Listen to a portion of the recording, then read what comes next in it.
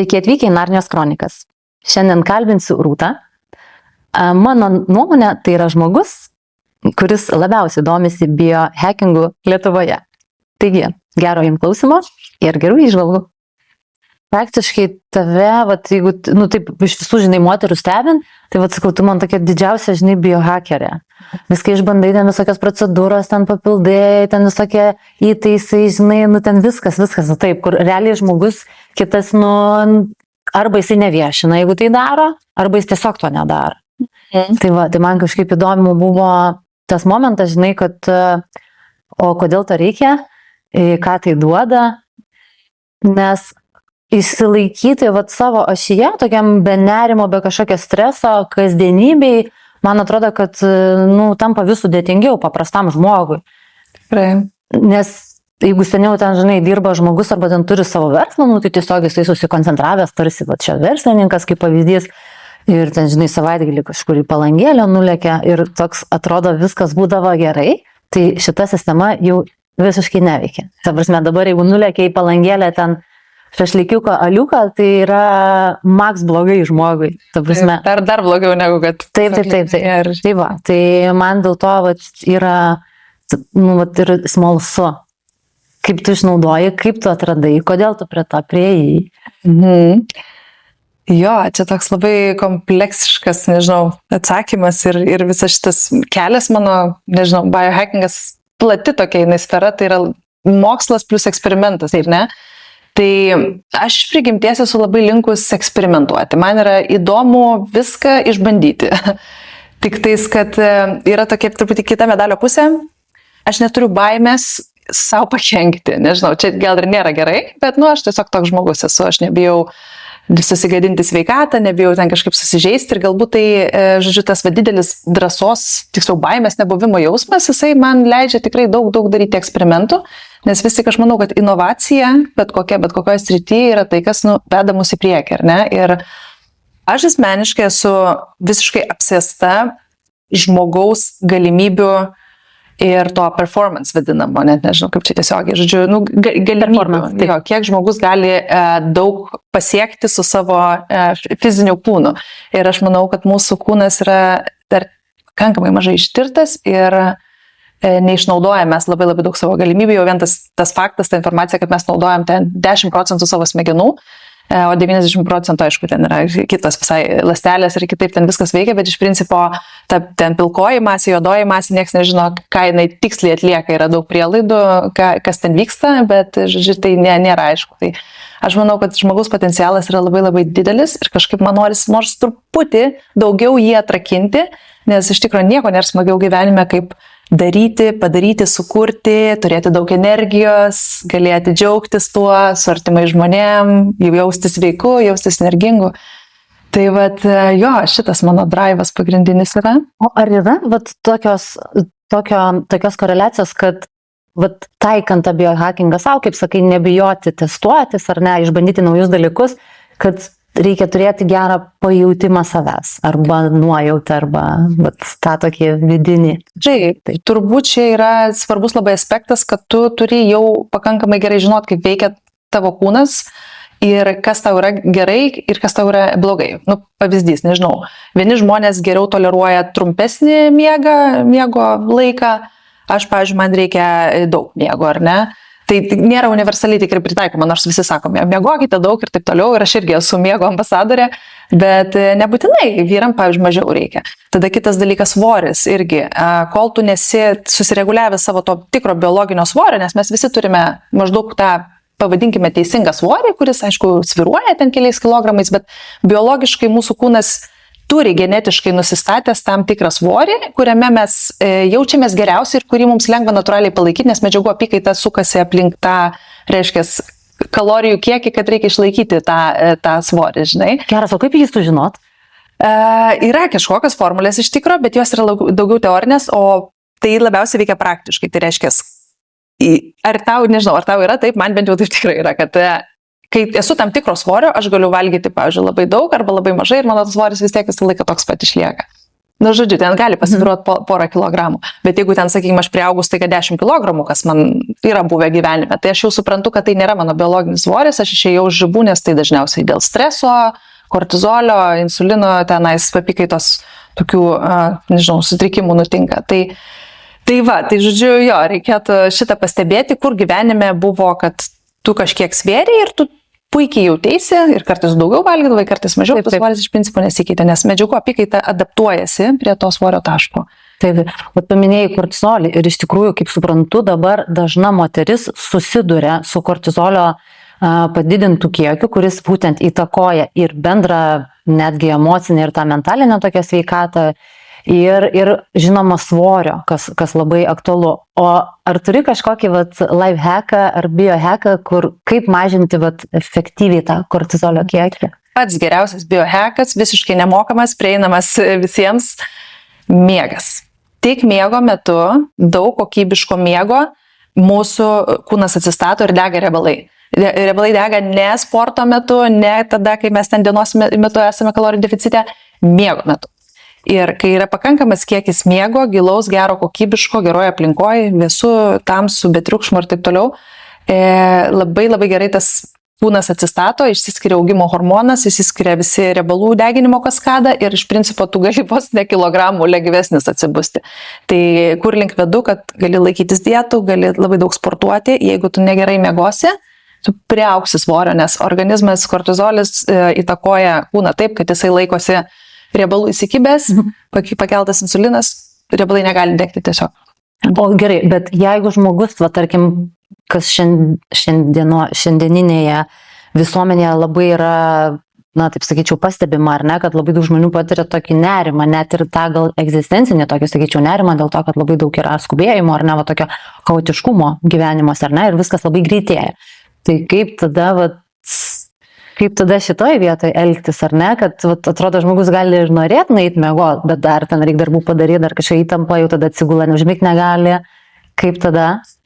Tai čia yra didžiausias filosofinis šių dienų klausimas, į kurį visi ieškome atsakymą, ir biohackingas irgi jo yra, kaip sakant, pagrindinė misija rasti atsakymą į šitą klausimą, kaip tą balansą susikurti. Ir nežinau, ar paguosiu pasakydama, kad vargstam mes visi turim tą nerimą, egzistencinį nerimą, dienos darbų eigos nerimą ir tikrai tai yra šių laikų pandemija, plus dar sakau, socialinė medija, jinai dar labiau paaštrina visą šitą reikalą, ar ne, kai mes matome, kaip kiti gyvena, kokie kiti šaunus, puikus, kiek daug pasiekia ir taip toliau. Ir tada patys savo įsileidžiame tas mintis, kad mes kažkokie nepakankami ir dar daugiau to nerimo.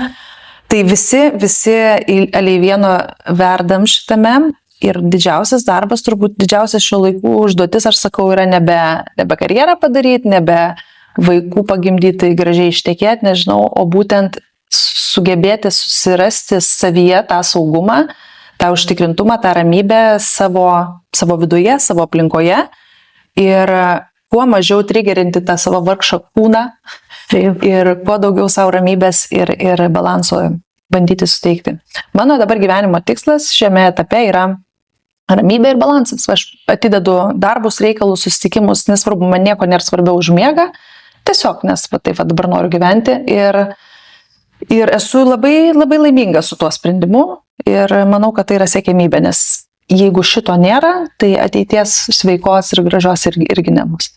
Tai kitaip tariant, ta vidinė kelionė į save iš tikrųjų ir yra prioritetas. Kokia jinai ten bebūtų, su savim ar su kažkokiu tai mentorium, coacheriu, bet savęs pažinimas, savo kūno pažinimas, ar ne, galima pasakyti taip. Savo biologijos klausimas, visi tie neišmiegotos naktis, suvalgytas nesveikas maistas, nepasportuota diena, mes to nematome, bet viskas kažkur, kaip sakau, kalkuliuojasi ir gyvenimo gale mes turėsime pasiekmes visų šitų dalykų. Tai aš kažkaip, kadangi tikiu longevity filosofija ir apskritai gyvenime kultivuoju žiūrėjimą tolyn ir matymą pasiekmių jau iš anksti, o ne tai, kad gyvenu šią dieną ir jolo, žinai. Taip, taip. Tai kažkaip man faina dėti indėlį, čia kaip investavimas, ar ne, kaip investuoji pinigus, kad ateityje Ir jie auga. Ir jie auga jo, nes pensijos greičiausiai negausim. Tikrai ne. Tai Niekas negausim, jau man atrodo. Niekas negausim, tai vat, lygiai taip pat aš žiūriu į savo visą šitą sveikatą ir gerbuvį, nes indent nieko nėra svarbiau kaip psichologinė gerovė. Tu nebūsi laimingas, tu gali karjeras, vaikus, santokas, beleką, jachtas. Nepatenkinsi. Vis tiek norėsis kažko daugiau. Taip, ir tiesiog nebūsi laimingas tam ir keiksis, kur viskas, tai kad nebeturi gyvenimo laiko daugiau kažką pakeisti. O tavo kelionė, vat šita vidinė kelionė, jeigu ją tai būtų galima įvardinti, ar tu pati su savim dirbi, ar tu su mentorium, ar tu kažkokius kursus, vat, nes dabar pasiūla yra labai labai didelė ir kiekvienas atsirenkam, ar ne, kažkam tinka ten grupinės kažkokios tai sesijos ar nemokymai, kažkam online'iniai, kažkam mentorystė 1-ant-1, visokių. Kaip tau yra, vat? Kaip tu eini? Aš esu jau pasigirsiu labai didelius namų darbus šitą temą, tikrai aš keletą metų intensyviai lankiau psichoterapiją. Tarpuose visokių dalykų aš bandžius, kokių tik tais aš rūšių savi pagalbos įrankių nesu išbandžius, žinai, tai nuo coachingas, įvairios tenais kitokios terapijos, šamanai, sportas, viską, ta prasme, tikrai labai daug įvairių būdų, vipasanos visokios, moterų ratai ir taip toliau. Vis tik kažkaip šitoj vietoj linkėčiau pasikliauti mokslu ir rinktis tuos įrankius, kurie iš tikrųjų jau yra moksliškai įrodyti. Tai aišku, kiekvienas pagal savo galimybės, bet man asmeniškai pats geriausias įrankis ir kas man labiausiai padėjo, tai yra kognityvinė elgesio terapija. Tai yra psichoterapijos rūšis, kuri yra paremta, kaip pasakyti, priežasties pasiekmės veiksmų, ar ne, ir mano protui, aš esu labai loginio proto žmogus, ar ne, man lengva suprasti pasaulį, kai man jį paaiškina.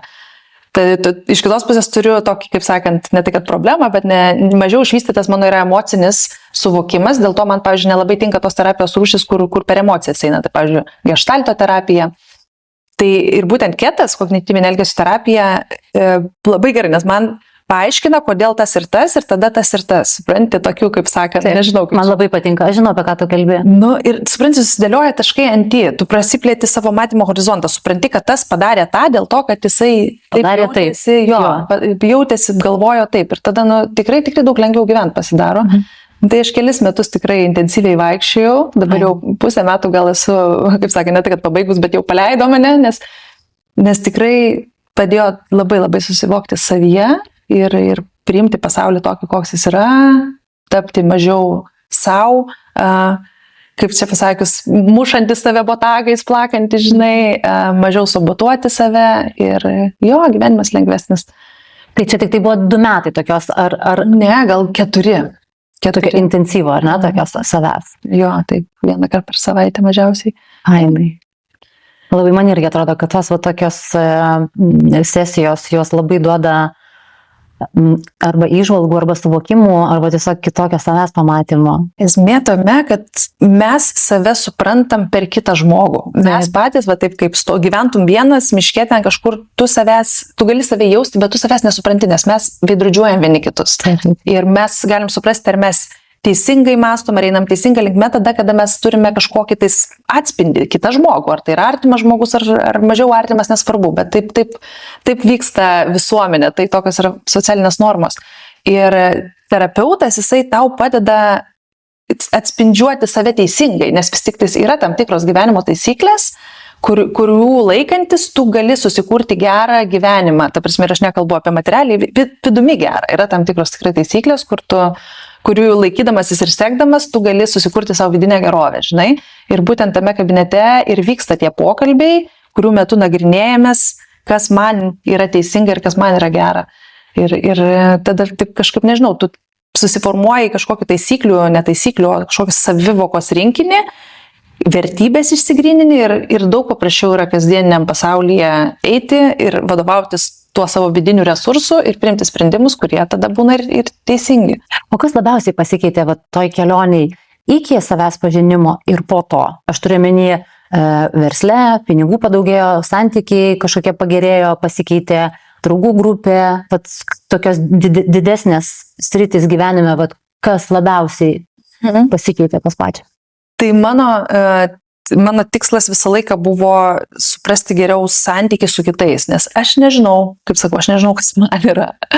Ar aš kažkokia gal turiu kažkokį tais deficitą, kažkokio tais geno. Man tikrai sunku suprasti, kodėl žmonės elgiasi tam tikrai. Ir aš kalbu ne apie kažkokius tais, žmonės visi daro kažkokius pasirinkimus. Man sunku pritapti šiame pasaulyje, kai jame yra tiek daug to paviršutiniškumo.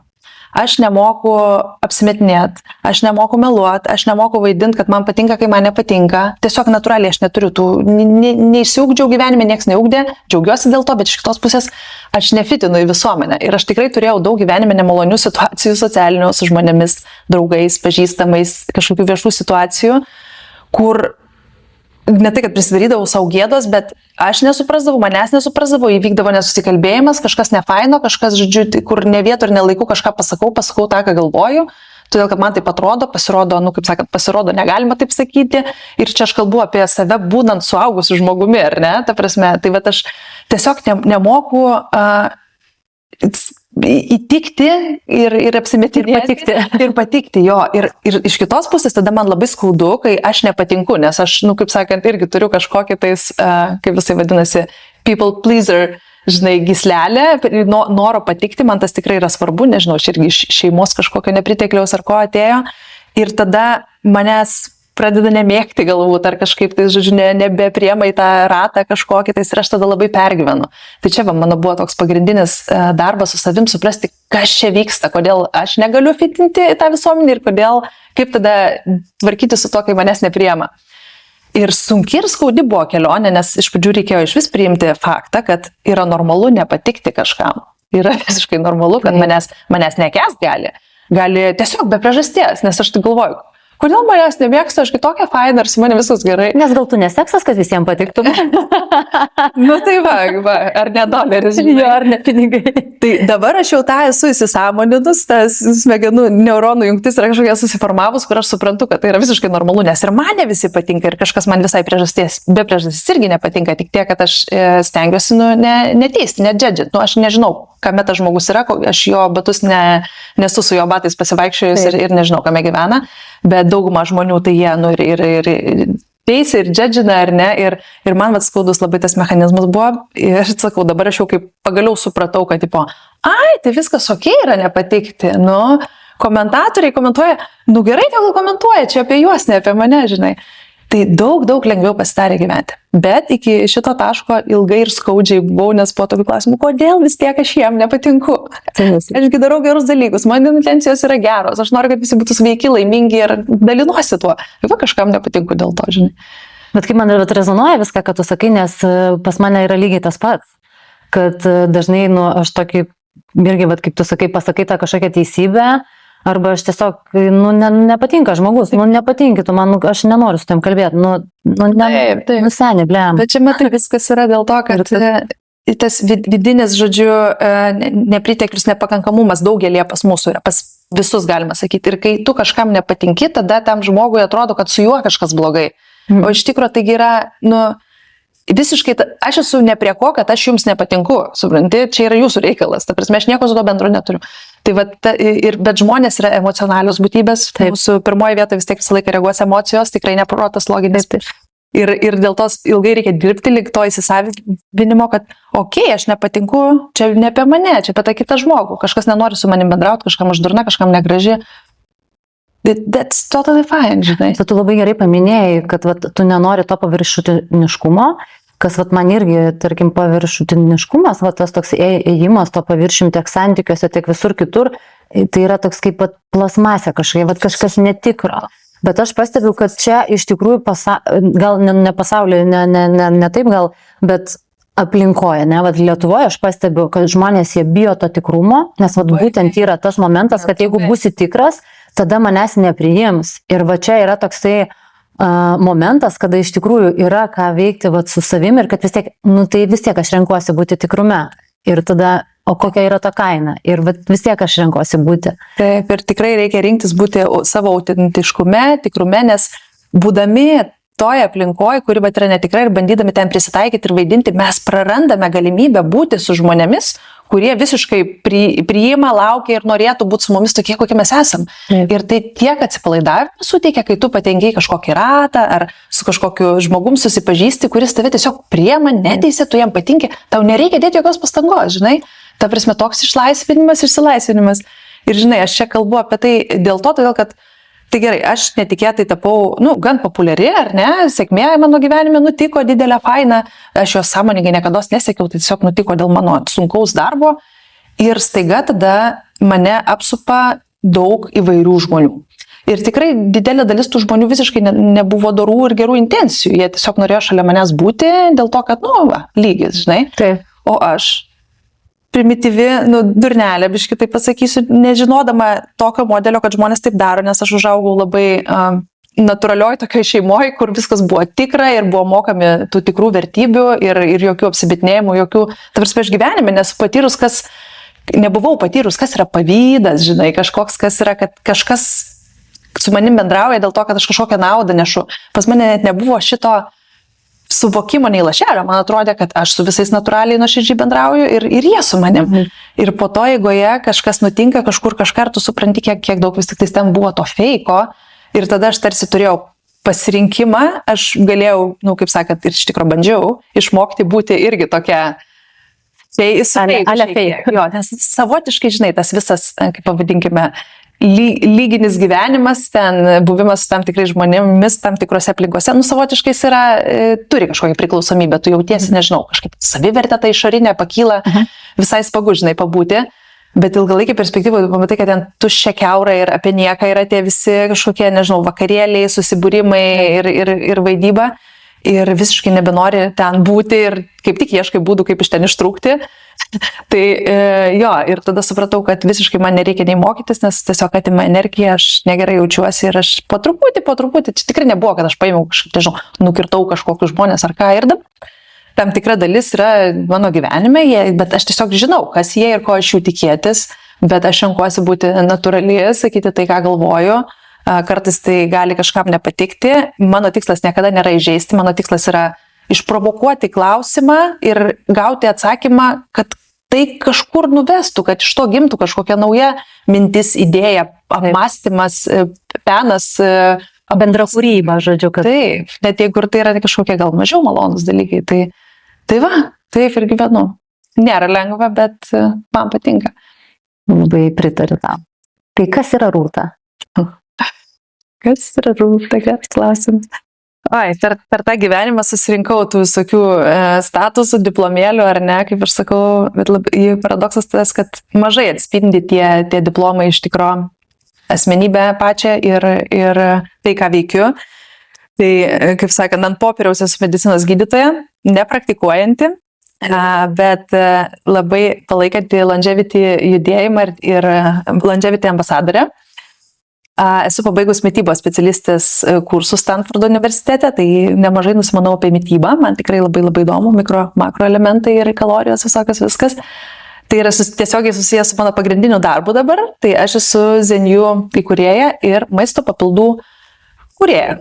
O šiaip jeigu taip nuo širdies, kas esu, kaip man patinka apie save labiausiai galvoti, tai yra aš kuriu, developinu brandus. Visokius, prieš tai turėjau kosmetikos prekinį ženklą Manila. Dabar turiu maisto papildų prekinį ženklą. Man, žodžiu, patinka nuo nulio sukurti kažkokį tais prekinį ženklą, suteikti jam pavidalą ir paleisti visam. O ką reiškia, moteriai sukurti brandą nuo nulio? Turiu omeny, kokia yra to kaina? Nes aš tikiu, kad tai vien kažkokių tai verslo žinių nepakanka, bet tas viduje, ar ne, kokio reikia resurso, kad arba kokios vidinės kokybės, kad būtų galima tą verslą sukurti nuo nulio ir dar tokį pakankamai žinomą, aš tikiu, kad ne tik Lietuvoje jau žinomas. Po truputį. Taip va. Jo, tai nenudžiuginsiu atsakymu, tai atsakymas yra, reikia bold, tokio gryno, naivumo, primityvumo ir gal netgi šiek tiek durnumo, nes tu turi beprotiškai tikėti tuo, ką darai ir iš pradžių tavim netikės niekas, visiškai niekas. Jeigu sakys, kad tiki, tai greičiausiai ne, nes kol tu, kaip sakant, neuždirbai tenais tų milijonų, tai tu tiesiog esi dar vienas žmogus, kuris tiesiog šneka kažką sapulėje apie savo svajonės, bet niekada iki jų nededa pastangos. Žodžiu, jo, tiesiog beprotiškai kvailo tikėjimo, kad tau paeis, kad tau pasiseks. Ir faktas, kad dirbti, darbas, kiekvieną dieną darbas, bet jo, va tas momentas, aš labai gerai atsimenu ir su Manila, ir kadangi dabar man toks biški dežavu, nes vėl kuriu brandą, vėl niekas netiki, nes tikrai jaučiu, kad oi, čia kiek daug tų papildų rinkoje, oi, čia kodėl tu čia manai, kad išskirtinė, kaip čia konkuruoti.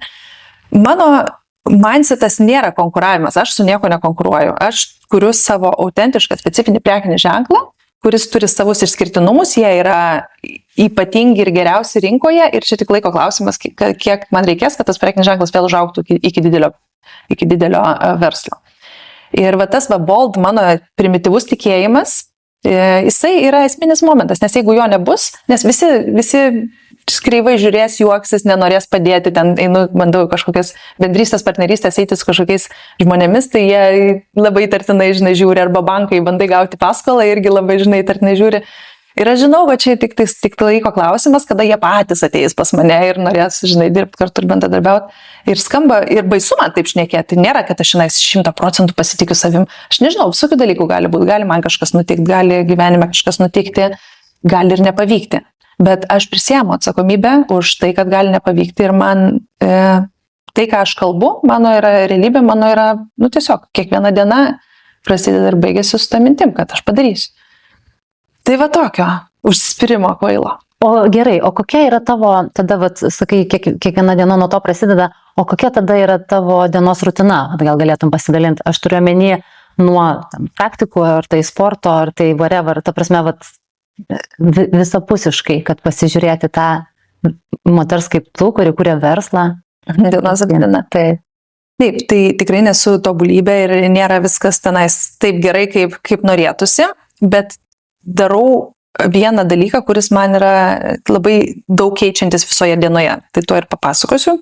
Tai žodžiu, aš keliuosi anksti, nes natūraliai mano kūnas su saulė, žodžiu, man iš vakaro sunku užmigti, ypatingai vasarą, dėl to nelabai mėgstu vasaros. Ir kai saulė nušvinta, pirmieji spinduliai, aš jau atsikeliu ir, žodžiu, produktyviausia būnu ryte. Ir man labai patinka turėti tą rytą savo. Aš aišku, ir šiaip nesu ten, ta prasme, neturiu vaikų, dėl to man pakankamai lengva ir šiaip, bet, ta prasme, aš keliuosi dar anksčiau, kartais tenais 5-6, kol tenais mano namiškiai miega tam, kad galėčiau grinai pasidaryti savo ten tos visus reikalus. Ir ką aš darau visą gyvenimą, nežinau, ar visą, bet daug metų, tai pirmas dalykas ryte yra šilto vandens stiklinė.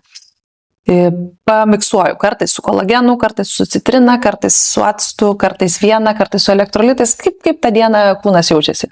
Žiūrėjau, ta stiklinė, jinai tokia man, dienos pradžia, kad aš iš karto save hidratuoju, jau iš karto būstas yra smegenims ir man toks, žodžiu, kad aš jau pradedu įvažinėti į dieną. Ir tada eina tas dalykas, kurį aš darau pastaruosius 5 turbūt metus, praktiškai kasdieną, čia tikrai yra vienintelis turbūt įprotis, kurį aš esu labai smarkiai įsiugdžius ir kuris yra man įaugęs jau į kaulus, smegenis ir visur, tai yra kvėpavimo praktika.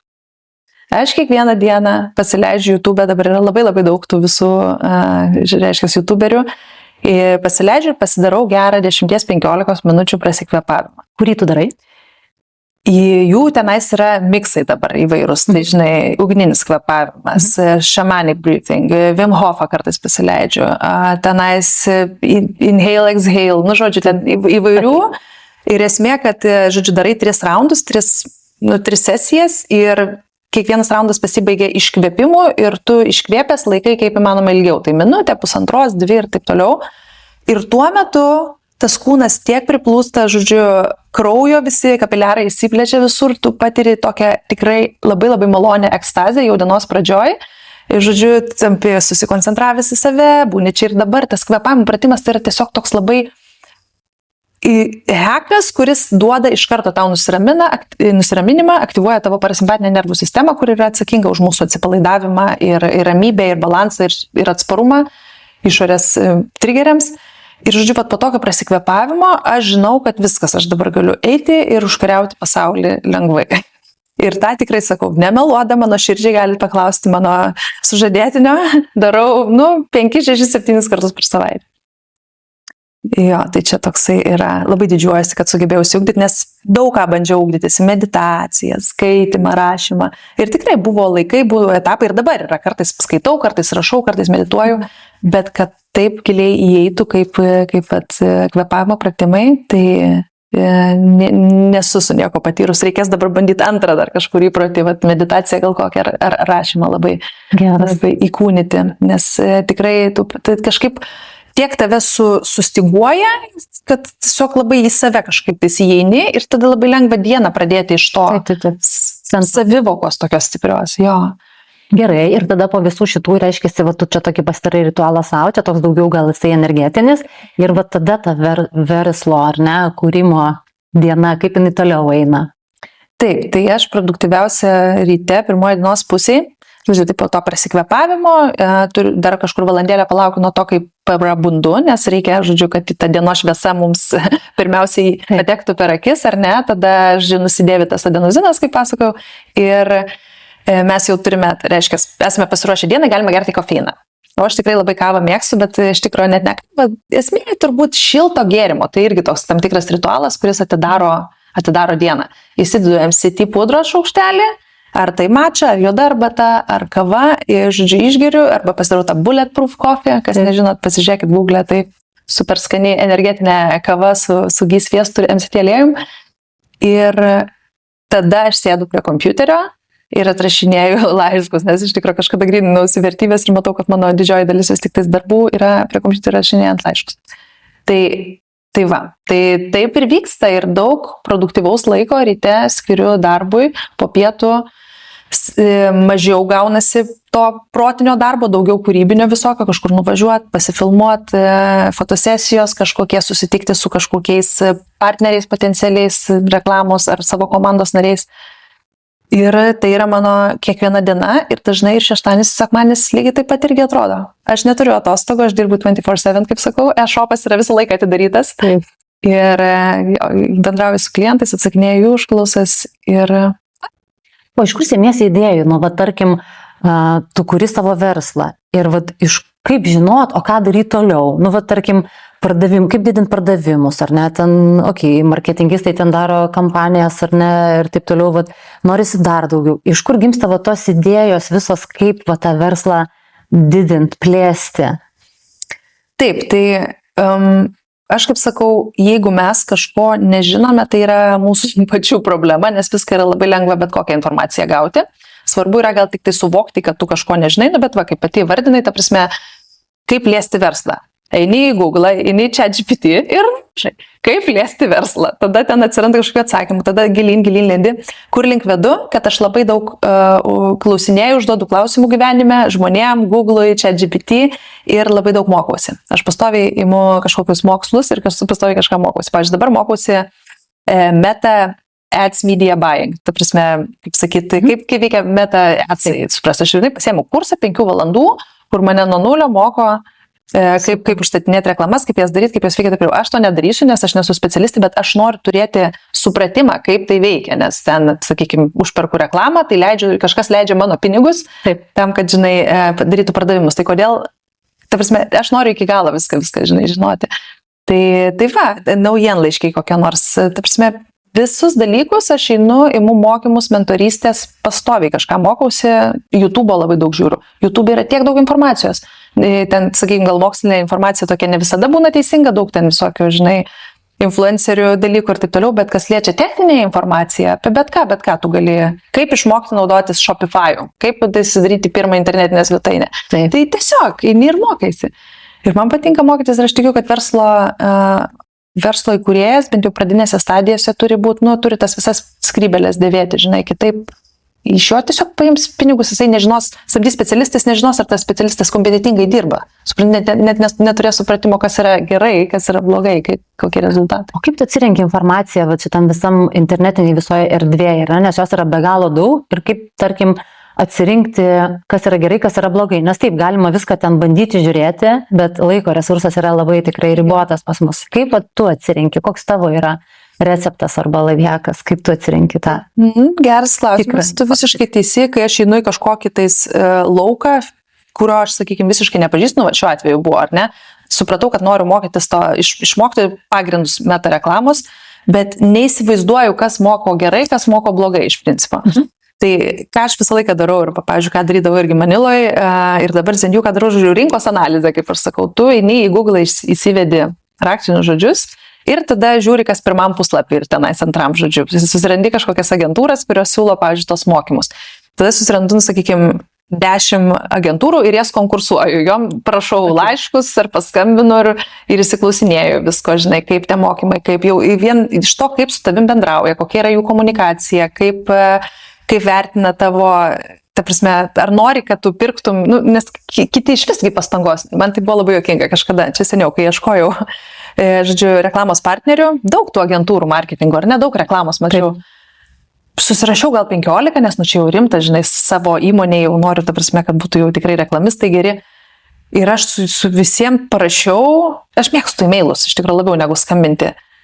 Ir man, žinau, gal 3 atrašė. Ir galvoju, žmonės reklamuojasi, ta prasme, ir jie net nesugeba atrašyti į užklausas. Tai apie ką mes kalbam, tai kaip jie žiūrės į darbą.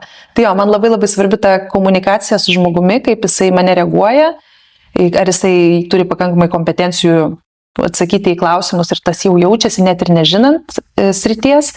Tai va, tai prasikonkursuoja ir tada dar svarbiausias momentas yra intuicija. Kūnytis jis pats žino, kur eiti. Bet būna tikrai dažnai, kad nepataiko, tikrai nėra, kad 100% gerai, bet tada antrą imi, trečią imi, žiūrėk, ir gauni labai, labai gerą rezultatą. Geras ir vėlgi labai šitoje vietoje vėlgi yra svarbu savo kūną jaust pažinoti. Taip, tas gut feelingas, žinai, ir again, eksperimentuoti, nebijoti, eiti, klysti, nepataikysi, nueisi kitur, žiūrėjau, tik tais testavimo būdu, kaip sakant, eksperimentavimo būdu gali išsiaiškinti, kas tinka tau ir tavo poreikiai. O kaip tau gimė ta idėja Zenview? Kodėl tu nuvėjai į papildus, ar ne? Kodėl papildai? Kodėl savo papildus reikia pirkti? Nes aš esu praktiškai dabar galvoju, nuo pat pradžių tapau ištikima tavo klientė ir tiesiog visada pas mane baigėsi, aš nesuku galvos ir tiesiog visada perku viską pas tave. Ir čia šitoje vietoje, aišku, turėčiau gal paminėti, kad kodėl pas tave, nes man kažkaip atrodo, kad už kiekvieno produkto stovi žmogaus energija. Ir man labai jinai patinka dėl to, kad tu esi, toks išskirtinis tavo bruožas, ką aš matau, esi labai konkreti. Ir tu labai aiškiai susidėliojom, kaip ir mes tarėmės, ar ne, dėl susitikimo, labai aiškiai mes susidėliojom ir mes labai aiškiai laikėmės to plano, ar ne, kad tada ir tada. Ir čia yra, tarp kitko, labai reta. O man tai yra kosmosas, laikytis žodžio, man tai yra toksai vertybė, po sveikatos, ko gero, numeris 2. Ir man toksai, wow, Rūta taip daro, ir geras, kaip fainai. Nes tikrai vyko daug tos komunikacijos ir tiesiog pastebėjau šitą tavo dalyką. Ačiū, labai malonus komplimentas. Ir jo, svarbi savybė, turbūt verslą darant irgi viena iš svarbiausių žmogaus savybių, nes jeigu tu nebūsi konkretus ir besilaikantis žodžio, tai tu neturėsi jokio pasitikėjimo. Visą laiką verslas yra apie žmonės, apie pasitikėjimą, apie ryšių kūrimą, žinai, bet koks verslas. Tai jo, faina, kad šitą pastebėjai. Net susigėdau, net užmiršau klausimą. Kodėl Zenview? Kodėl papildai? Kodėl papildai? Tai labai natūrali tąsa iš to, ką aš gyvenime norėjau daryti. Tai aš baigiau mediciną, po to studijavau rezidentūroje, bet neprilipo man ta standartinė vakarietiška medicina, požiūris jos ir aš nusprendžiau išeiti, ar ne. Tada įkūriau verslą, kosmetikos, kas tuo metu, kai man ten buvo 26-27, tikrai labai mylėjau tą verslą, tai ką dariau, žodžiu, kūriau tos kremus, tas formulės ir džiaugiausi tuo. Ir tuo metu mano gyvenime gal daug ir buvo to tokio išorinio grožio, ką ir daro kremai, kas yra viskas su tuo gerai. Tikrai čia nėra kažkokio tais gero ar blogo, bet natūraliai man dabar, kai jau man 36 metai, pradėjau domėtis labiau tą sveikatą, ilgamžiškumu ir žmogaus gerinimu iš vidaus. Ir gavosi, kad ta visa estetinė medicina, kremai, nežinau, man tapo, tiesiog nebeįdomus pagal mano vertybės, ar ne? Tai viskas yra gerai su grožiu, su ta išorė, bet man dabar jau rūpi vidus, žinai. Ir kadangi aš tą mediciną pabaigus ir tas mitybos specialistės kursą praėjus, man kažkaip viskas labai gražiai čia susidėliojo Ir nemeluosiu, kai, kaip sakant, iš medicinos išėjau, liko nuoskauda tokia, kad va, taip ir nepadariau kažko, ko tenais ėjau ir dėl to diplomo aš tiek stengiausi, ar ne? Tikslas vis tiek buvo padėti žmonėm, gydyti žmonės savo žiniomis, savo gebėjimais, savo tikėjimu. Ir tarsi papildai yra tas momentas tarp sveiko žmogaus ir gydytojo, ar ne? Nes mano misija ir mano tikėjimas yra, kad su papildais mes galim padaryti labai labai daug. Tiesiog yra truputį sugadinta jų reputacija, todėl kad didžioji dalis papildų yra pardavinėjama vaistinėse, tai yra visiškai retailas, kuris yra apie verslą, apie maržas, o tikrai ne apie žmogaus sveikatą ir jos pagerinimą. Dėl to tenais yra atiduodami pakankamai pigus produktai, nes vaistinės turi konkuruoti tarpusavį kainomis ir įsivaizduokite, dar didelę dalį pasiema vaistinė tos maržos. Tai kokia turi būti to produkto savikaina maža, kad verslininkui apsimokėtų gaminti tą papildą ir duoti į vaistinį. Tai prasme, mes kalbam apie centus, gerai, eurus, vieną kitą pavadinkim. O norint sukurti tikrai efektyvų, gerą maisto papildą, jo ir savikaina bus tikrai daug didesnė. Todėl, kad mes kalbam apie koncentracijas, apie formas tam tikras, kurias išgauti yra daug sunkiau, apie švarę sudėtį, kad išvengti ten tų visų užpildų ir nereikalingų priedų.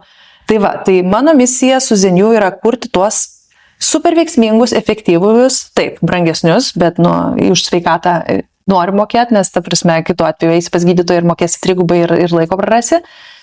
Papildai gali labai labai pagelbėti žmonėm, tikrai tame tarpe iki vaistų ir išgydyti, sveikatinti ir pagelbėti nuo daugelio ligų. Tai mano noras yra keisti tą nusistovėjusi įsitikinimą, kad papildai neveikia, nes yra žmonės, kurie dėl to ir nevartoja, nes galvoja, kad neveikia, nes kažkada pirko iš vaistinės magnį ir jisai nieko nepadėjo. O pabandytų Zeniu magnį, taip. Nes kažkada dar pas tave magnio nebuvo asortimente ir man reikėjo magnio. Ir tarp kitko, aš vaistiniai nuvėjau ir vaistinėje, kai tik vaikšto, savo gal galiu padėti, sakau, taip, man reikia magnio, bet sakau, reikia kažkokios geresnės formos. Ir jinai man siūlo, reiškia, magnio tabletės, kuriuose pačioj pirmoje vietoje yra gliukozė. Ir ten vos ne 60% ir magnio citratas, jeigu neklystu. Ir sakau, bet žiūrėkit, sakau, šitas yra apie nieką iš vis. Čia, sakau, yra niekinis daiktas. Jūs, sakau, nesiūlykit man cukraus, aš noriu magnio, net cukraus. Suprantat? Jinai pažiūrėjo, tai buvo, tai čia parašyta magnis. ir tokių yra dauguma. Ir, ta prasme, žmonės, kurie nesigilina galbūt į papildus, ką jie vartoja, kokios yra formos, kokia yra sudėtis tų pačių vaistų. Jie įsivaizduoja, kad jeigu vaistiniai, tai tikrai jau yra gerai. Ir čia yra toks didelis, tokia, kaip sakant, pekla, su kuria man reikia kiekvieną dieną kovoti, nes dabar vaistinės yra pasileidusios daug savo private label brandų, ar ne, jos, ta prasme, kuria savo prekinį ženklą ir atitinkamai atėjęs žmogus, kai klausia, visą laiką pirmoje eilėje siūlo tą kažkokios konkrečios vaistinės. Ir jų tikslas tikrai nėra tą žmogų ten sveikatinti ir papildyti jo magnio atsargas, o tikslas yra daryti verslą. Ir gaunasi, kad jo, kažkelintoj vietoje ten tas magnis kažkokia neveiksminga forma, žmogui paleidžia vidurius, atsiprašant, nes nuo netinkamos formos ir netinkamo vartojimo, pavyzdžiui, per ilgai vartoja paleidžia vidurius. Ir tada žmogus galvoja, visiškai nesąmonė, papildai neveikia.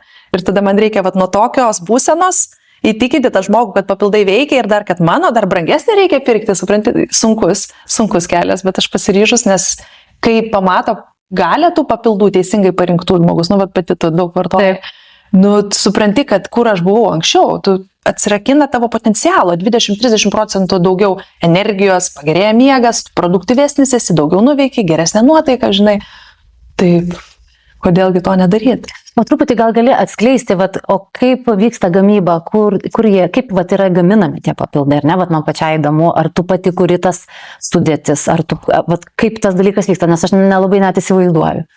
Taip, tai vieno atsakymo nėra, viskas yra labai, labai kompleksiška iš visų pusių. Dalį papildų perku gatavus pabaigtus papildus, man užklijuoja tiesiog mano etiketę ir siunčiuosi iš užsienio. Dalį papildų užsakau, kad man gamintų reprezentatyvus fabrikai. Šveicarijoje, Vokietijoje, Lenkijoje. Dalį papildų pati šitos, kur, žodžiu, man patinka kurti tas formulės, aš turiu daug tų, reiškia, biohackerių, kuriuos seku ir jie tenais daug labai įdomios tokios informacijos pateikia. Tai aš tada susirenku ten, reiškia, tos ingredientus, tas formulės, perku aš tos ingredientus atskirai iš skirtingų fabrikų ir Vilniuje turiu, reiškia, ne mano, bet mano, dabar jau partnerių fabrikas, kurie grinai gali jau kapsuliuoti ir tas formulės jau tenais reiškia padaryti pagal visus standartus, taip kaip reikia. Tai gaunasi, kad visiškai kompleksinis modelis, kurį, jeigu kažkas kitas ateitų į mano darbo vietą dirbti, tai niekaip jis negalėtų suvaldyti šitą, nes čia reikia labai daug žinoti specifinių detalių. Negaliu pasakyti, visi jie vienodai pasitvirtinę sėkmingai, nes, pavyzdžiui, kurdama formulės, aš išlaikau galimybę būti unikale, tai ir galiu sakyti, vienintelė tokia formulė, unikali formulė ir tikrai tas labai svarbu tiek marketinge, tiek daug yra dar neatrastų, neišnaudotų gerų formulių. Aš žiūriu, pavyzdžiui, Amerikos rinką ir tenais, ten tikrai su papildais jie labai pažengę, aišku, tenais kokybė kitas klausimas, žinai, ir visokios patikros, bet ten tikrai yra tokių fainų idėjų ir tada aš paimu tokią panašią formulę, susigeneruoju ir pasigaminu savo, supranti, ir pakeičia ten tikrai žmonių gyvenimus. Pavyzdžiui, mūsų magnestas su L-tianinu ir vitaminu B6, nėra tokios kitos formulės ir tikrai žmonėm miegui, poilsiui, atsipalaidavimui labai gerai veikia. Tai jo, labai įvairiai, man patinka tas inovacijas atnešinėti ir parodyti tai, ko nėra ir kiek dar galima naujo patirti. O kaip tu, tarkim, jeigu ateitų žmogus ir sakytų, aš irgi noriu atrasti savo tokį gyvenimo prasmę, ar ne, arba tokį, koks tai galėtų būti tikslas, arba kokį verslą žmogus galėtų kurti, ar ne, ką tu rekomenduotum? Ar yra kažkokia tai formulė, kaip atrasti tą savo, kelią, paskirtį, jeigu tai būtų galima vadinti? Tai visų pirma, visiškai normalu yra nežinoti ir net nejausti, net nežinoti, į kurią pusę krypsta. Yra normalu. Šiais laikais, kai yra tiek distrakcijų, tiek galimybių, mūsų galvos yra prikištos iš vaikystės, kad tu turi daryti kažką, nes kitai būsi nenormalus, ar ten durnas, ar niekam nepatiksi, o iš tikrųjų nori daryti visai ką kitą. Ir žmogus gyvenime kartais net nežino, ką jisai nori daryti, kaip ir jaučia, bet dėl šitų visų įsitikinimų tokių įsisenėjusių, jisai net, pavyzdžiui, negalvoja, nedrįsta pagalvoti apie tai, kad galėtų eiti ten kažką, nežinau, belė ką čia sakau, virėjų būti, ar kažkokiu staliumi, ta prasme, tos tokios, pavadinkim, senoviškesnės gal profesijos, iš kurių tu, jeigu tu jas pasidarai gerai, tu gali tapti, wow, aukščiausio lygio žvaigždė, unikalus meistras, ar ne? Tai dėl to reikia labai būti nuoširdžiam su savim pirmoji vietoj, tikrai nuoširdžiai suvokti, kas iš tikro žavi, nes verslą padarysi tik tais tada sėkmingai, kai tau bus įdomu. O įdomu bus tik tais tada, kai tu degsi tą mintim, tau natūraliai norėsis tą daryti, tu norėsi ir darysi tą, net jeigu tau nieks pinigų nemokės, nes prisiminkim verslo pradžioje, žinokit, pirmus 2 metus pamirškite apie atlyginimą. Nuo verslo, aišku, priklauso, bet aš, pavyzdžiui, Zenių yra 1,5 metų, tai aš tai atlyginimo nieko negaliu. Viską reinvestuoju atgal į verslą. Taip yra. Tai toks yra augimo kelias. Tai tas už tai, kad aš turiu netgi mokėti, kad aš tą verslą daryčiau, supranti, aš iš savęs finansuoju jį kol kas. Tai kai yra toks pasiryžimas apie kažką, tai reiškia, kad esat labai teisingoje vietoje. Tai vienas dalykas, svarbiausias dalykas, turi taip patikti, kad net bet kada darysit naktį, dieną, nemokamai ir taip toliau. Tada kitas, 3 tokie laukai ir jie visi turi persidengti. Kitas dalykas, kuris irgi labai svarbus yra, tai, kame jūs esate geras, ar ką mokate daryti. Nes gali labai patikti, man, pavyzdžiui, galbūt labai patinka, nežinau, man tikrai labai patinka ten kokia aukštoji matematika, žiūrėti, kaip tenai, žodžiu, sukūrė kažkokius ten inovacijas, raketas taip toliau, bet aš tai negaliu to daryti, mano visiškai net tas smegenis yra ir negalėčiau. Tai nepradėsiu dabar raketų gamyklos daryti dėl to, kad man patinka, ar ne? Tai kame esate geras, gera, ką mokate daryti, kas natūraliai gaunasi, kur jūsų talentai. Na ir trečias dalykas yra, visą laiką reikia, aišku, pasverti finansinį aspektą, ar tai atsiperka. Nes jeigu ir būsi labai geras kažkame ir labai patiks tau daryti, bet jeigu, kaip sakė, nėra business case'o, pasiskaičiuoji rinkos pasiūlą, paklausą, konkurentus pasižiūri ir matai, kad nėra galimybės pramušti, nes yra koks nors labai unikalus nišinis dalykas, arba galbūt neturi pakankamai resursų, nežinau, išreklamuoti jį, nes tikiu iš tikrųjų, kad viską galime sukurti ir parduoti, bet labai reklamavime dar yra esmė didelis darbas, tai tada irgi neverta būtų pradėti. Turi būti market fit, yra toks angliškas terminas, žodžiu, rinkai reikalingas dalykas. Tai šitie 3 dalykai, jeigu jie persidengia, ir jūs randate tą viduriuką, tai volia, go for it, 100% pavyks, tik laiko klausimas. O kokių vidinių savybių tada reikėtų? Tos kvalifikacijos vidinės. Tai kaip ir sakiau, visų pirma, visiškai durnas, primityvus, bold tikėjimas, kad pasiseks ir kad visi, iš pradžių visi žiūrės, sakys, o, kaip faina, kad tai darai ir matai tą netikėjimą, akyse tokį, papildai, bet čia jo, aš irgi ten geriau kažkokius, žinai, ir ten. Čia valia, turbūt būtų galima įvardinti, kad reikia valios, ko gero, daug. Jo, daug valios, nepasiduoti tam išoriniam spaudimui ir tam, ir kiti ir pakomentuoja, bet taigi čia taip sunku, čia tiek daug konkurentų ir taip toliau.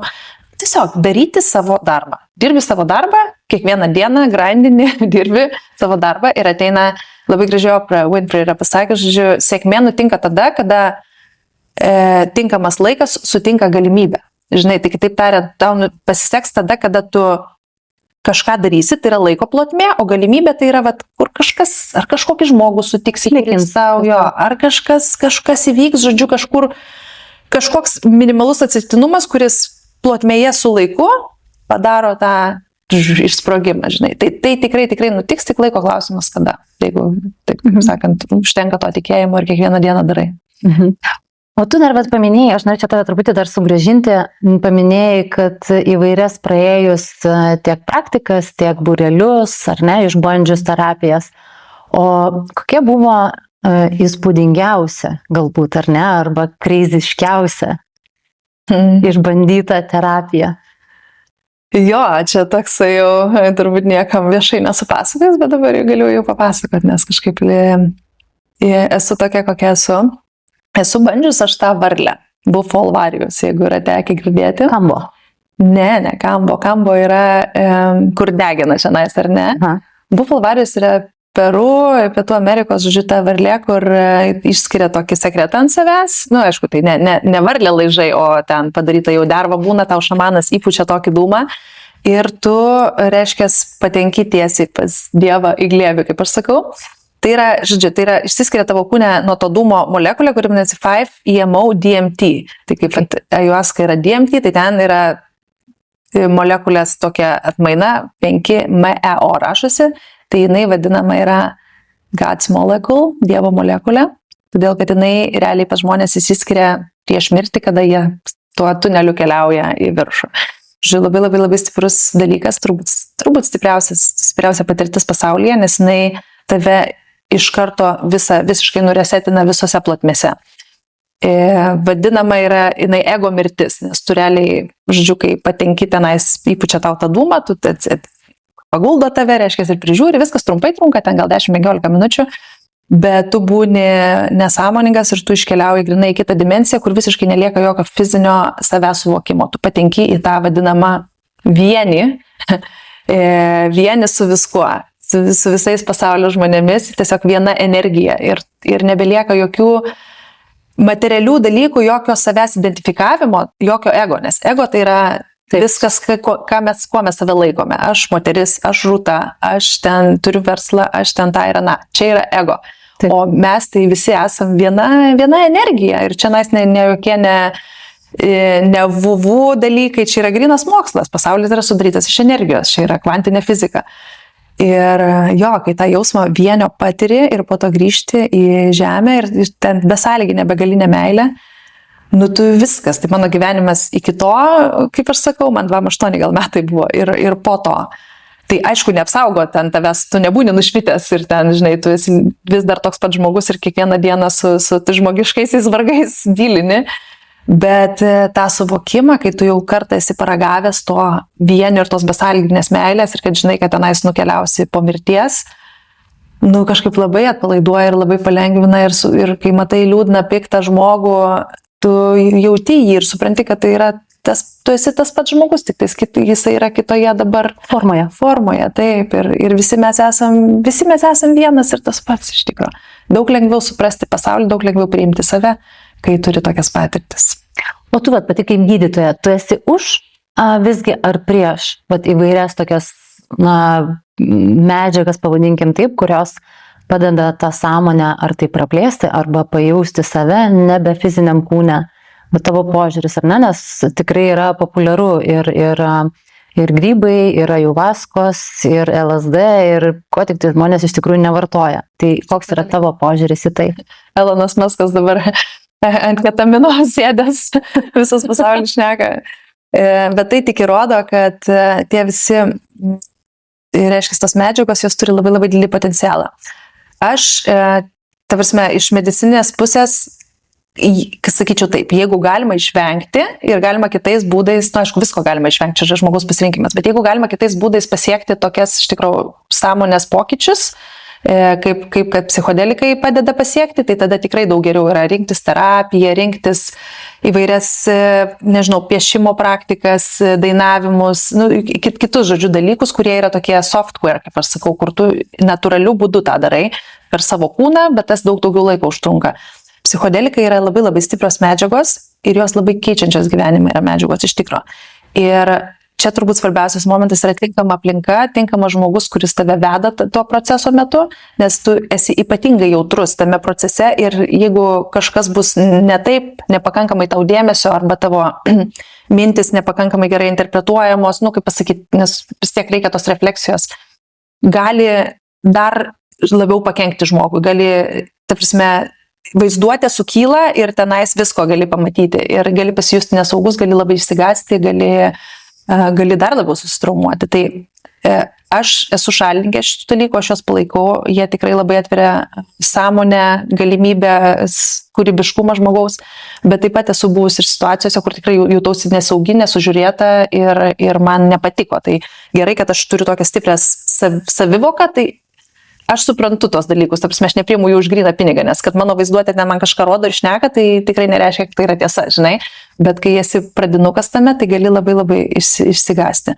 Tai sakyčiau taip, tinkamu laiku, tinkamoje vietoje, kai esi jau brandus žmogus, tikrai nerekomenduočiau jaunimui to daryti, nes tu turi susiformuoti natūraliai šiame pasaulyje ir juo labiau, kad yra, sakykime, esu mačius žmonių, kurie tiek užkimba, kad įklimpsta į tą ir pastoviai vartoja, nes kažkaip pradeda priimti tai, kai tikra realybė, žinai, nes ten tikrai yra labai, kaip ne tai, kad gražu, ten yra gera, su tais psichodelikais yra gera, nes ten tave priema toks, koks esi ir ten tu viską supranti. Tu ten esi, kai būni, viskas tau aišku. Bet tai realybė, tai yra, kad mes čia gyvenam ir čia niekas neaišku, čia yra beprotiškas chaosas. Ir mes atsiųsti šią žemę ir esam tam, kad eitumėm prieš šį chaosą ir sugebėtumėm susikurti savo ramybę, o ne eitumėm, nuhakintumėm kelius ir gyventumėm iliuzinį pasaulį. Tai vat taip va. O koks yra tavo receptas, susikurti tą ramybę arba pusiausvyrą gyvenime? Ar turi kažkokį tai savo receptą, kuriuo galėtum pasidalinti ir sakytum, šitas veikia, jūs darykite irgi taip ir didelis procentažas, kad ir jums pavyks?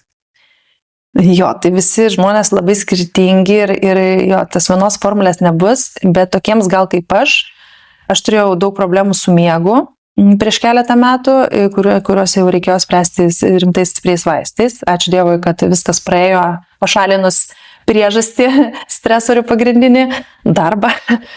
Tai ir vėl tas miegas sugrįžo normalus ir geras, bet aš dar vis turiu baimę, kad man jis gali sutrikti. Dar ta trauma, jinai tokia žaizda biški gyva, žinai, yra. Tai aš dabar esu, sakau, miego fanė, miego ambasadorė ir yra toks pasakymas, 80% problemų išsisprendžia gerai išsimiegojus. Tai jeigu turite kažkokių problemų, kurios atrodo galbūt, kad yra didelės, taip toliau, tiesiog tikrai leiskite savo pamiegoti. Išvažiuokite, nežinau, savaitgaliui ar dienai, bet viena naktis jinai tikrai padeda, bet tokį gerą, nuoširdų, tikrą miegą. 8-9 valandų su, reiškia, tamsoj, vėsiam kambarį, kad jokių telefonų, jokių distrakcijų, tokį kaip darbą, tu kaip atidirbi, kokybiškai atmiegi. Ir iš tikrųjų, tu kitą rytą atsikeli ir tau, visi darbai, visi reikalai susitvarko. Tai miegą prioritizuoti labai rekomenduoju. Tada, kas liečia iš mitybos. Kažkaip žmonės galbūt per daug sureikšmina skonį ir valgymo malonumą, aš taip sakyčiau. Man irgi skaniai pavalgyti, bet aš dabar jau gyvenu tokiam mąstyme, kad man maistas labiau yra funkcinis dalykas. Aš valgau dėl to, kad gyvenčiau, o ne gyvenu dėl to, kad valgyčiau, žinai. Ir svarbu yra iš tikrųjų labai ta gera subalansuota mytyba, nieko brangaus ir nieko iš tikrųjų įspūdingo nereikia, reikia valgyti daug baltymų. Baltymai yra mūsų organizmo pagrindinė statybinė medžiaga, kuri lengvai virsta į energetinę medžiagą, dėl to, kaip sakant, vien daug baltymų pakankamai užtikrins ir energijos resursą ir kad mūsų tas kūnas būtų sveikas, gyvybingas, nebus gliukozės šuolių, valgant daug baltymų, nebus insulino dipų, ko pasiekoje mūsų smegenys daug geriau veikia, nebūna smegenų rūko. Žodžiu, baltymai yra atsakymas ir kasdienis žmogus tikrai gerokai per mažai baltymų valgo, nes reikia surinkti daug. Reikia surinkti bent gramą kūno kilogramui, o dar geriau 1,5 gramo. Tai čia yra daug, jeigu taip įmi gryną baltymą, tai kaip aš sakau, sakykime, vištienos krūtinėlė, ar ne, yra 30 gramų baltymų, vienas kiaušinis yra 6 gramai baltymų, steikas tenais yra apie 3-5, ten nežinau, kokie lęšiai, gal kokie 80 gramų, ta prasme. Tai aš šiek tiek išvardinau, vos ne kiek per vieną dieną reikėtų baltymų suvalgyti. Nu tai kas suvalgo kelis kiaušinius, steiką ir vištienos krūtinėlę? Niekas.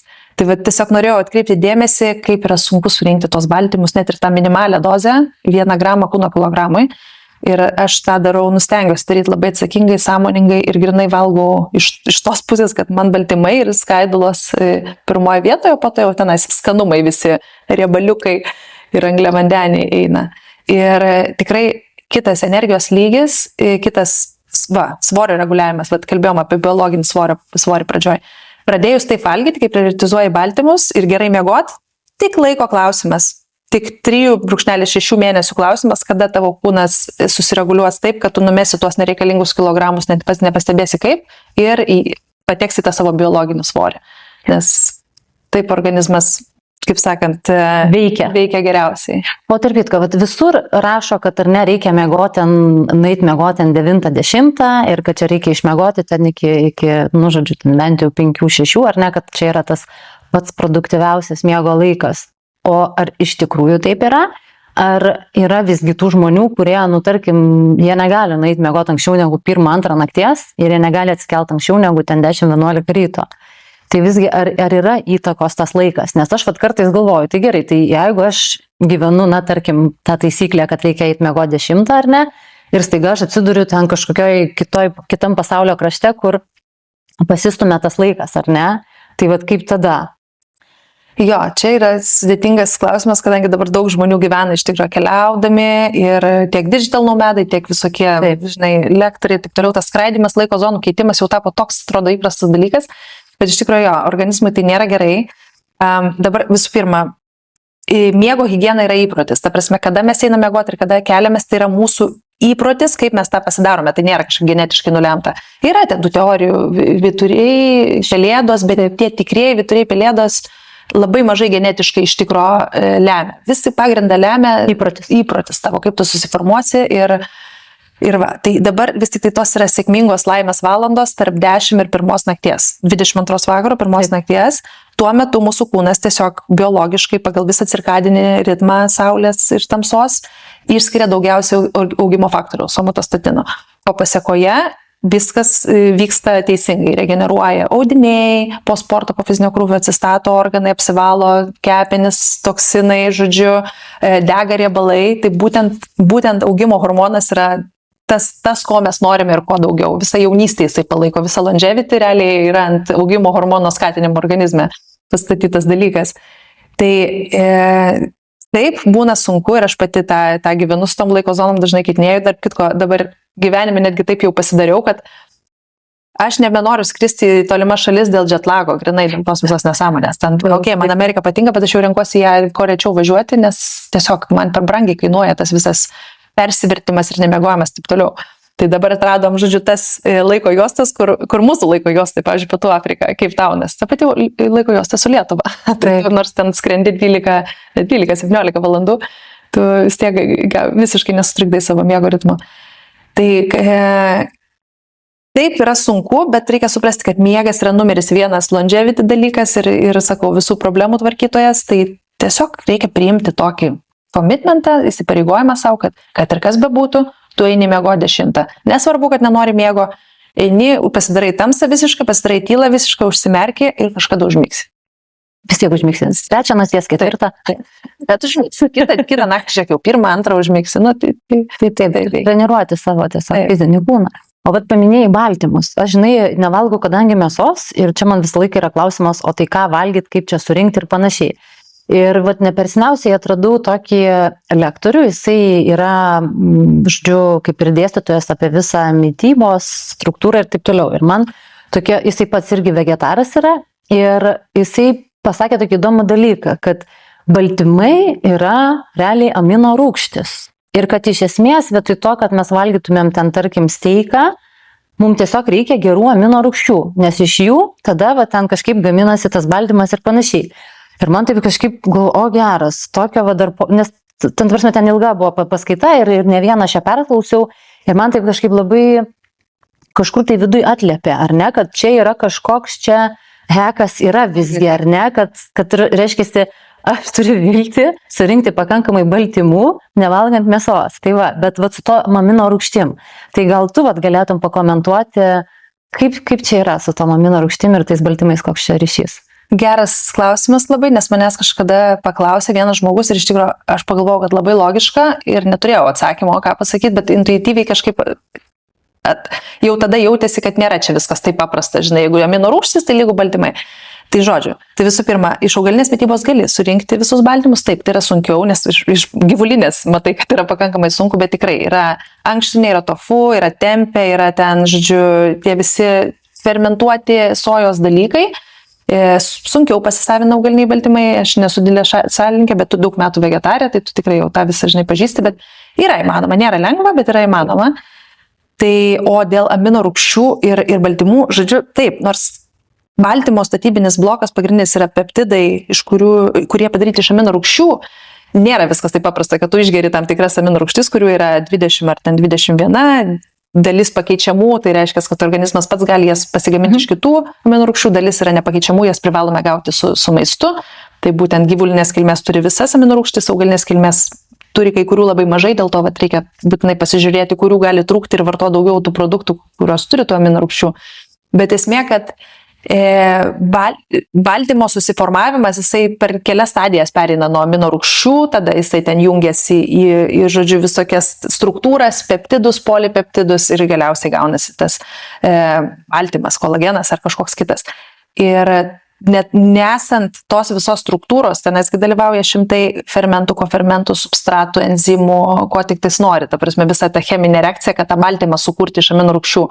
Tai, kad tu vien tik amino rūgštis tas išgersi, tai tu nesukursi to baltymo. Kažkiek jų pasisavins, taip, ta prasme racijos yra, bet ir tai, pavyzdžiui, man toks įdomus dalykas, pasidariau genetinį testą, man pasirodo net neveikia, neverta gerti amino rūgščių net sporto atveju, nes aš gerdavau anksčiau nuo raumenų skausmo. Genetiškai mano kūnas yra atsparus amino rūgščių pasisavinimui. Dar ir tai būna? Pasirodo, dar ir taip, dar nespėjau ten iki galo išsiaiškinti, kodėl taip yra, bet nėra tai viskas paprasta. Žmogus turi valgyti pilną vertį maistą, kuris jau yra tam tikros struktūros, taip yra sutvertas mūsų žarnynas, mūsų genetika. O atrodytų paprasta, tada kažkokią tabletę, žinai, suvalgom ir pasibildina tenais organizme. Bet aš tikiuosi, kad ateisim prie to. Nes, kaip ir tu sakai, man maistas irgi vis labiau tampa funkcinis, ne dėl skonio, o ką aš iš jo gaunu pavalgius. Jeigu, žinai, aš pavalgau ir aš noriu miegoti ir 3 valandas miegė ten, tai tada man čia ne maistas, arba ten bloga pykina ir taip toliau. O maistas, jis tai, turi būti tiesiog energijos užtaisas, jisai kaip. Tai va, tai man čia kažkaip, aš labai tikiuosi, kad atsiras tokių, žinai, kažkokių hekų, kur. Juda, biohackingas juda link to, nes visi, čia aišku jau crazy, bet žmonės gaila laiko valgyti, kai gali tą laiką kažkur. Aš irgi suprantu, man irgi tipo užtisa, žinai, kad reikia, nes tada geriau pasisavina, virškinasi jau ar ne, ten tas visas nusiteikimas, viską, bet iš tikrųjų tai, jeigu būtų galima kažką tiesiog greitai, tai kartais tikrai tokį variantą rinkčiausi, negu kad ten tas valgymo procesas. Dar valgymo procesas jis dar tiek neužima, kiek gaminimas. Nes restoranai kokybiško maisto, šiai dienai labai labai retas, kad kur gali rasti tokio. Tai normalu tada gaminiesi, dar apsišopini, kol, žodžiu. Taip, sutinku, kad procesas, bet priimkime šitą dalį kaip irgi kažkoks laikas savo, atsipalaidavimą, žinai, negalim vien tik tai. Vieną dieną po 4-5 valandas. Jeigu šeima yra dar prie pusryčiai, pietus, vakarienė. Aš nesuprantu, kodėl niekas nepadaro taip, kaip Amerikoje yra, ta prasme, man tai patiko. Tu užsisakai iš parduotuvių, jos turi paketus maisto, pavyzdžiui, patiekalas, bet ką čia sakau, koks nors netikras zuikis arba kažkokia labiau vegetariška, tai špinatų koks nors varškės pyragas, ar ne? Ir man patinka pats gaminimo procesas, nes aš atsipalaiduoju, bet jo, mane užknisa apsipirkinėti, ten skusti, plauti, pjausti, taip toliau. Žodžiu, ten tu užsisakai grinai, va tam patiekalui, ten, pavyzdžiui, 8 porcijos, visus ingredientus ir tau pakeliuose viską suveža. Tau suveža miltus, kiaušinius, ten 3 įdėję, špinatus, žinai, viską ir tau viskas, ką reikia daryti, tik tai susimiksuoti ir išsikepti. Ir žinok, tai faina, nes tada gaunas ir tu gauni šilto gero maisto, tu žinai, kiek gramų, kiek kalorijų, kiek visko tenais įėjo, visiškai skaidrus gaunasi tas tavo, žinai, patiekalo modelis, dėl to gali labai sveikai pasirinkti maitintis. Tu dar vis apturi tą gamybos džiaugsmą ir galbūt su šeima kažkoks irgi momentas, su vaikais gali gaminti, žinai, kad ir iš pakelių. Nu, čia sakau, kad galbūt ne visą laiką reikėtų taip daryti, bet tikrai toks, nežinau. Europoje yra Hello Fresh, vadinasi, ir Anglijoje, Olandijoje yra kitas dalykas. Lietuvoje lyg ir, nemačiau aš. Yra tie, kur gatavą tą maistą atveža, žinai, bet, čia vis tiek ne tas. Aš norėčiau žinoti, kiek kažko įsidedu ir su kokiam mintim tą maistą gamini. Nes tikrai būna restoranų, kur atrodo taip gražiai aprašyta meniu ir suvalgai, atrodo, girdi arba jauti, su kokia energija tai buvo daryta ir Taip, ir kuo toliau, to dažniau, nes dabar, kai tą PVM pakėlė vargšam, tai maisto kokybė iš visų. Bet žinai, aš dar susiduriu su tokiu kitu klausimu, nes tenka pastebėti, o kuris maistas yra, pavadinkim, tikras, ar parduotuvėse Maxima iki ten visos kitos, ar ten dar yra tikro maisto. Ir jeigu kažkur jo yra, kiek jisai ten, tarkim, daržovės, kas man aktualu, kiek jos yra neapipurkštos, nemodifikuotos, taip toliau, ta pati soja. Tai vienas iš labiausiai modifikuotų realiai maisto produktų yra, vegetaram, iš ko gali, atrodo, to baltymą surinkti, bet supranti, kad, kiti yra niuansai. Jo, šitas didelis ir sudėtingas klausimas ir man net ne vegetariai, bet aš irgi lygiai taip pat mėgstu daug daržovių, valgau tikrai daug visokių troškinių, salotų ir žinok, irgi kiekvieną kartą pergyvenu, nesu dar atradus kažkokio modelio, galima pirkti tenais iš tų ekologiškų, bet irgi ir labai tada kaina didelė gaunasi ir klausimas, ar ten tikrai jau viskas taip švaru ir ekologiška, žinai, galima eiti turgus, bet tie turgai irgi tu nieko nežinai, kaip ta babulė tenais augina. Žodžiu, sudėtingas klausimas, į kurį dar neturiu atsakymo ir stengiuosi rinktis bent jau tokius maistus, kurie, tokie, kur jau ten mažai ką gali pridirbti, nežinau, ekologiški kiaušiniai arba iš turgaus kiaušiniai, kur tu, gal jau ten nešėrės slapčia antibiotikus ir hormonais, tu viščiukų kažkur, žinai, ir tu, jau keli kiaušiniai per dieną jau vienas geras, žinai, maistas.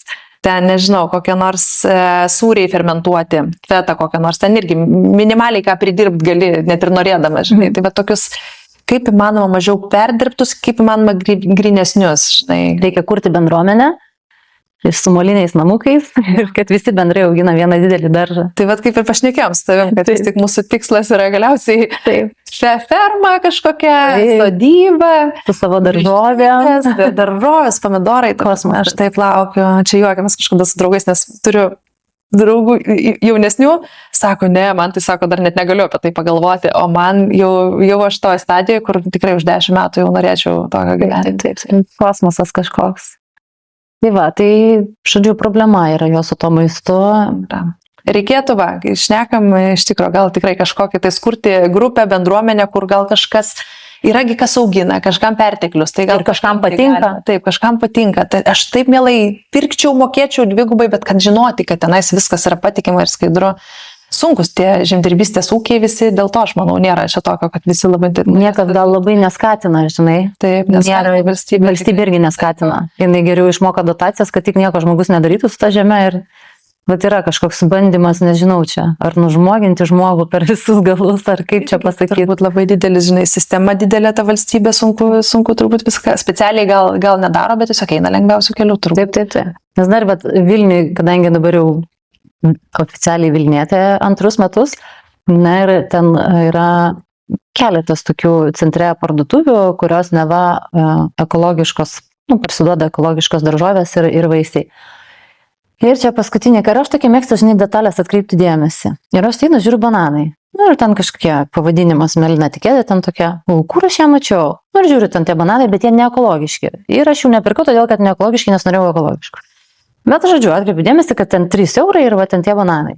Ir, žodžiu, ir ten prie namų užsukau iki ir žiūriu, lygiai tie patys bananai, 1,10 €, lygiai tie patys bananai. Tai man toks iš karto, žinai, tai tada net ir tos parduotuvės, kurios deklaruoja save kaip ekologiškų daržovių ir vaisių parduotuvės, tada kiek galima tom pasitikėti. Netgi va toksai, o aš sakau, aš labai mėgstu tokie, žinai, atkreipiu dėmesį į va tas detalės ir palyginimui. Bet kaip ir tu atsirinkinėjai savo, aš lygiai taip pat va, taip mėgstu patikrinti, tarsi toksai, žinai. Ir galvoju, geras, matai, bet prisidengia ir tokia pakankamai nežinoma ta parduotuvė ir galvoju. Klaida tiesiog, bet aš vėl žiūriu per savo prizmę, kad gal klaida įvyko, gal ne klaida, tiesiog jie turbūt iš tų pačių bazių ima, neturėjo ekologiškų bananų ar ten kažkokių, nupirko tos pačius bananus, kurių Rimi pardavinėja po 1,10 €. Tiesiog reikia asortimente turėti, žinai, tai va. Toksai, tai gal aš važiuosiu į kaimą ir tada, žinai, vat, tik tai tam kaime, ta prasme, pas kažkokią močiutę, kuri matai, kaip augina tą daržą, va čia tu žinai, kad tikrai nupirkai ekologišką, o visa kita, tai toks gaunasi, žinai, jau mados tas reikalas ir nežinai, kad verslas, trendai, jo, sunku, su maistu tikrai nėra lengva. Tai aš labai kažkaip tikiuosi, kad tu atrasti kažkokių papildų, kurie tikrai atstos dalį maisto arba kažkokių tai būtinų medžiagų ir panašiai. Taip. Tai jau vien MCT kiek daug iš tikrųjų padeda. Man tas kokosnis tai yra kosmosas. Ta prasme, wow, atrodo šaukštais ten reikia 2 dėtis, aš ir 3 ir 4 į mačą, man kosmosas yra skaniausias ir dabar išėjo su grybais, bet kažkaip ten nėra kokoso skonio. Ne, tenais toks lengvas grybų skonis, jo, bet jisai. Bet jau tas su kokosu, tai ten kosmosas, kas mėgsta kokosu, tai va. Žodžiu, kągi, ko palinkėtum arba, gal palinkėtum kiekvienam žiūrovui, ar ne, einant va šituo keliu savi sveikatinimo, ar ne?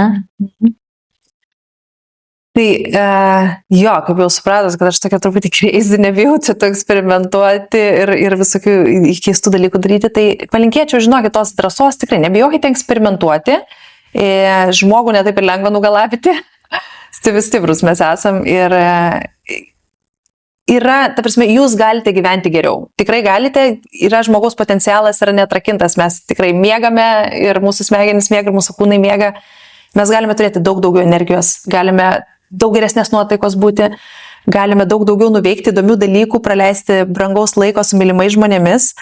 Ir eksperimentuoti, daryti, atrakinti savo sveikatos potencialą, bandyti įvairių papildų, bandyti įvairias, sporto ir naujas rūšis, miegoti geriau. Grynai dėti aktyvias pastangas į savo sveikatą kiekvieną dieną. Ir tikrai padėkosite kažkada tais, kai bus 60-70 metų, bėgsite maratoną ir prisiminsite, kaip gerai, kaip Rūtos paklausiau ir pradėjau savimi rūpintis labiau, nes kažkas su lasdelė vaikščios tuo metu. Tai iš sveikatos aspekto aš šitą palinkėčiau, kad, bandykite eksperimentuoti, o iš gyvenimo aspekto ir šiaip, tai nebijokite daryti ir klysti. Aš kiek kartų sufeilinus esu ir nefaina yra sufeilinti ir kažko tais, nepadaryti, kažkas sugriūna, nesigauna. Ir ką, ir viskas gerai, toliau atsistoji, nusikratai dulkes. Ir eini toliau, kažką darai. Tarsi žmogaus prigimtis nėra būti tobulu, čia nesąmonė kažkokia. Tikslas yra būti savimi, nugyventi įdomų gyvenimą. Mano gyvenimo tikslas yra gyventi įdomiai, kad man būtų fainai. Aš kiekvieną dieną gyvenu taip, kad aš karstelį po to gulėsiu ir sakyčiau, ačiū Dievui, nes jau pavargau gyventi, nes tiesiog visą laiką labai buvo, kažko daug vyko ir įdomiai tas vyko. Tai man gerai sekasi gyventi ir dėl to gal aš taip laimingai ir jaučiuosi. Ir viskas gerai, tiesiog turėkite drąsos, eikite ir darykite. Ir iš pirmo karto nesigaus, iš antro nesvarbu. Mes visi vargstam, mes visi klystam, visi tame pačiame murkdomės ir prasimuša tik tie, kurie daro kiekvieną dieną, kurie išlieka, kurie nepameta, kurie daro kiekvieną dieną, tiem pasiseka. Ir paskutinis klausimas. Kokį iš Zenių produktą reikia vartoti, kad būtų toks gražus užpakalis kaip tavo? Čia sakai, tavo kolegė klausė. Geras. Kurį čia? Kolageną ar magnį? Ne, iš tikrųjų tai reikia Smito staklės yra toks dalykas. Džymė, kas sportuoja sporto salėje, žino Smito sakinius. O jeigu rimtai, tai štangos kilnojimas su daug kilogramų jau užsidedu ir kilnoju aš tą štangą keletą kartų per savaitę. Tai dirbu irgi, bet žinok, ilgai užtruko.